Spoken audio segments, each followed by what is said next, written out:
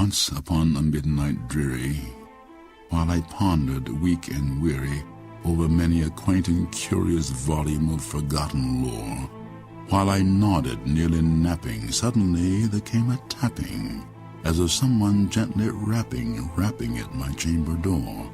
"'Tis some visitor," I muttered, tapping at my chamber door. "Only this, and nothing more." Ah, distinctly I remember, it was in the bleak December, and each separate dying ember wrought its ghost upon the floor. Eagerly I wished the morrow. Vainly had I sought to borrow from my books surcease of sorrow, sorrow for the lost Lenore, for the rare and radiant maiden, whom the angels name Lenore, nameless here forevermore.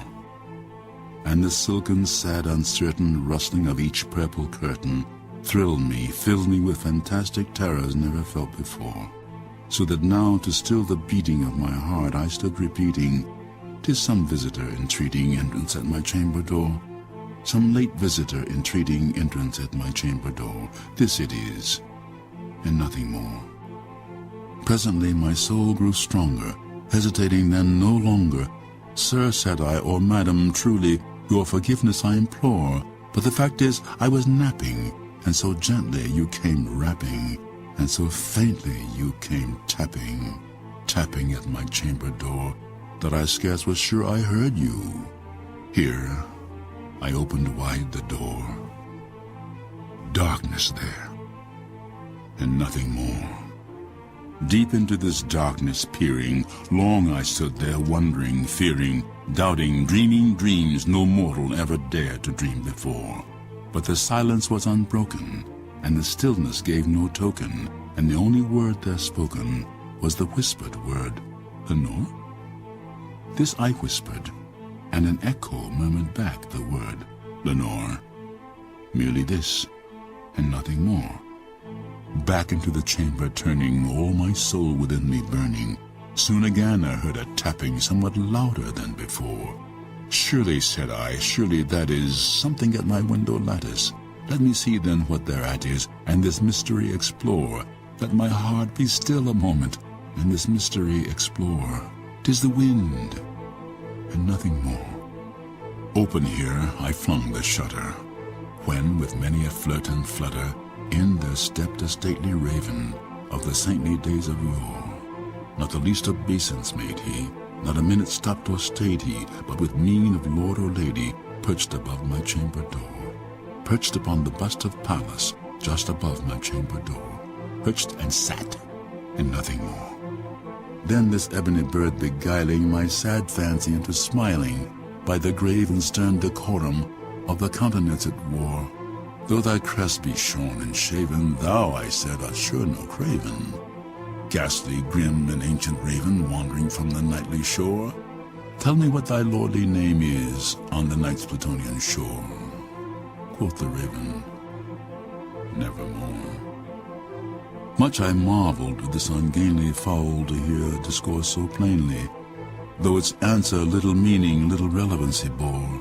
For we cannot help agreeing that no living human being ever yet was blessed with seeing bird above his chamber door, bird or beast upon the sculptured bust above his chamber door, with such a name as Nevermore. But the raven sitting lonely on the placid bust spoke only that one word, as if his soul in that one word he did outpour. Nothing further than he uttered, not a feather than he fluttered, till I scarcely more than muttered, "Other friends have flown before. On the morrow he will leave me, as my hopes have flown before." Then the bird said, "Nevermore."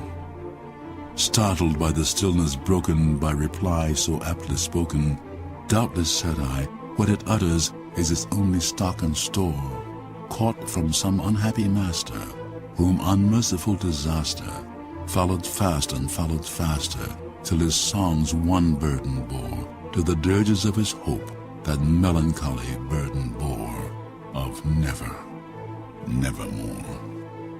But the raven still beguiling my sad fancy into smiling, straight I wheel a cushioned seat in front of bird and bust and door. Then upon the velvet sinking, I betook myself to linking fancy unto fancy, thinking what this ominous bird of yore, what this grim, ungainly, ghastly, gaunt and ominous bird of yore meant in croaking nevermore. This I sat engaged in guessing, but no syllable expressing to the fowl whose fiery eyes now burned into my bosom's core. This and more I sat divining, with my head at ease reclining on the cushion's velvet lining, that the lamplight gloated o'er, but whose velvet violet lining the lamplight gloating o'er she shall press, nevermore. Then methought the air grew denser, perfumed from some unseen censer, sung by seraphim whose footfalls tinkled on the tufted floor. Wretch, I cried, thy God hath lent thee, by these angels he hath sent thee, respite, respite, and nepenthe from thy memories of Lenore. Quaff, oh quaff this kind nepenthe, and forget this lost Lenore. Quoth the raven, nevermore. Prophet, said I, thing of evil, prophet still if bird or devil, whether tempter sent or whether tempest tossed thee or shore. Desolate yet all undaunted on this desert land enchanted, on this home by horror haunted. Tell me truly, I implore, is there balm in Gilead? Tell me, I implore. Quoth the raven, nevermore. Prophet, said I, thing of evil, prophet still if bird or devil, by that heaven that bends above us, by that God we both adore, tell this soul with sorrow laden, if within the distant Aden, it shall clasp a sainted maiden, whom the angels name Lenore, clasp a rare and radiant maiden, whom the angels name Lenore. Quoth the raven, nevermore. Be that word our sign of parting, bird or fiend, I shrieked upstarting. Get thee back into the tempest and the night's Plutonian shore.